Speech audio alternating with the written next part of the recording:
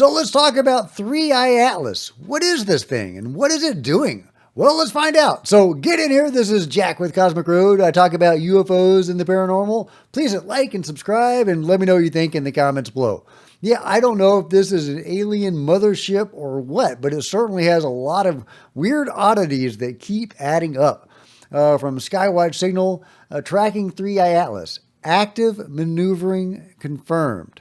The interstellar visitor Three-Eye Atlas isn't following the path NASA predicted. It's accelerating toward a hidden perihelion behind the sun. A 1,000,000-kilometer deviation, growing wider by the hour. So it's actually reached and passed the perihelion, and so others are talking about it. John Stewart says, a direct text in quote from Dr. Stephen Greer. Okay, well, let's find out what Stephen Greer has to say about this. He says the Three-Eye Atlas comet is moving at 137,000 miles an hour. At that speed, it would take 66,500 years to reach Earth from the nearest star, Proxima Centauri, which is 4.24 light years away. The fear-mongering around this comet is a UAP diversion and a psyop. Case closed. Steve Skojek wants to know why Stephen Greer is shouting, because it's in all caps. I love it. But yeah, there you go. Stephen Greer saying it's a psyop. But of course he would say that because if he is not part of it, if he is not bringing it to us, then it is a psyop. That's why he hates Lou Elizondo so much, even though Lou Elizondo is the one directly responsible for bringing us into this age of UFO disclosure. Without Lou, we wouldn't have those 3 videos. We wouldn't have the accounts of the Nimitz incident and all the witnesses from that, and the Roosevelt, Ryan Graves, and all the others that have helped people take the UFO topic so seriously and led to congressional action and even Congress people openly talking about UFOs, getting amendments passed and signed into law, trying to get greater amendments. Anna Paulina Luna talking about the frickin' Bermuda Triangle. Yeah, that happened. Anna Paulina Luna says the Bermuda Triangle is legit, and she's been told this by her inside sources. Stephen Greer can't handle it when people are bringing disclosure without him. Now, he's done a lot of good, but he has a huge ego, so of course he is discrediting Three-Eye Atlas. But that's not to say he isn't right. Who knows? Maybe it is just a comet. I don't know. But I don't necessarily take what Stephen has to say about things like that very seriously. But hey, let me know if you disagree.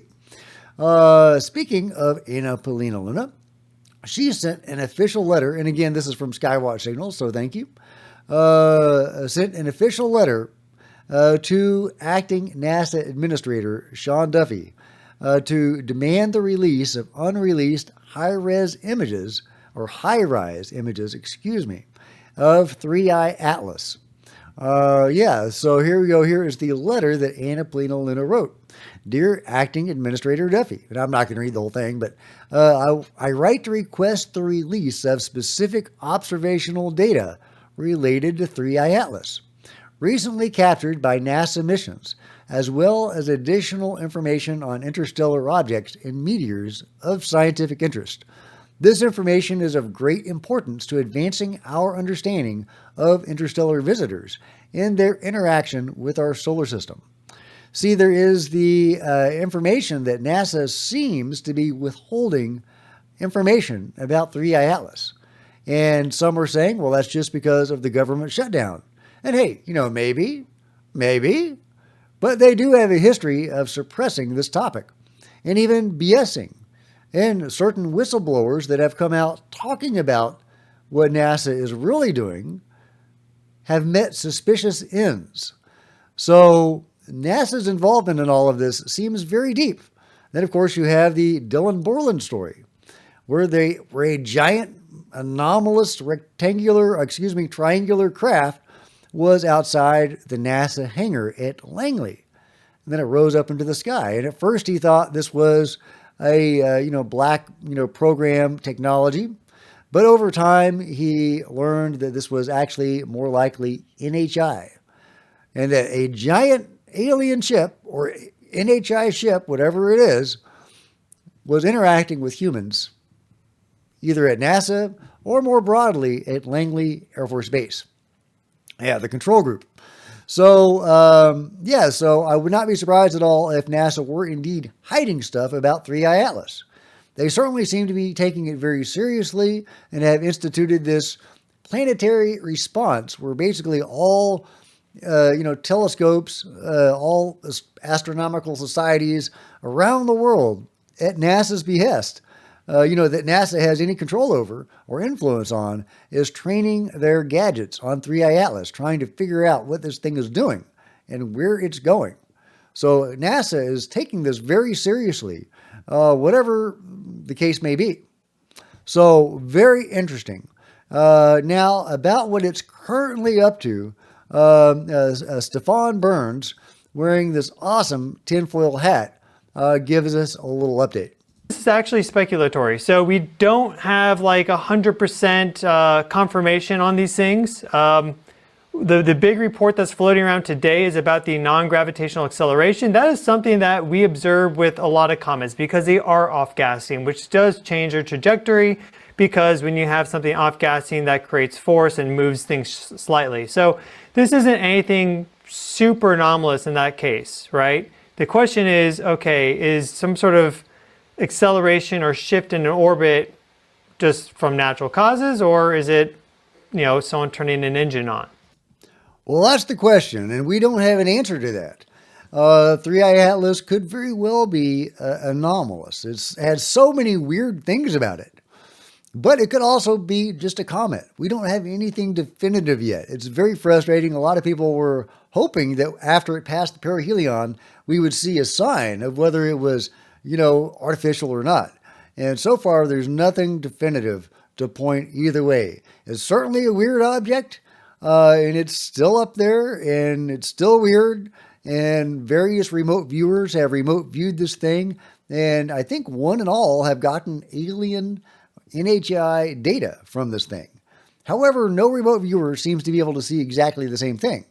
They're all getting conflicting information, but none of it is a natural object, which is interesting. However, I'd feel a lot more secure about that, in their data if they were finding, things in common with each other. If it was the same data repeated by various remote viewers that were not connected to each other, that would be really compelling. But we're not seeing that. So at the moment, I don't know what this thing is, but it's weird. Yeah, it's weird and it's interesting and it's getting a lot of attention, which I think is maybe the real benefit to 3I Atlas. Whether it's anomalous or not, people are paying more attention to the skies and they're listening to people like Avi Loeb. And so, yeah, it's galvanizing public attention in the sky and in space and in things that are possibly anomalous. And I think it's opening people's minds up to the idea of UFOs and anomalous things. So whether it's alien or not, I think that it's a net positive and that it's a good thing for ufology. It's certainly fun to talk about and think about. Let me know what you think about it all in the comments below. Like and subscribe. Hit the bell to be notified of future videos. You don't want to miss a thing. Join me on social media. There's Facebook and Twitter links below. Love to see you guys there. If you want to support Cosmic Road in a bigger way, grab a hoodie or a coffee mug in the merch store or become a channel member. Channel members are rock stars, and I really appreciate you guys' support. Thank you. Meanwhile, plenty of other videos on the channel, and I'll see you next time. This is Jack with Cosmic Road, signing out.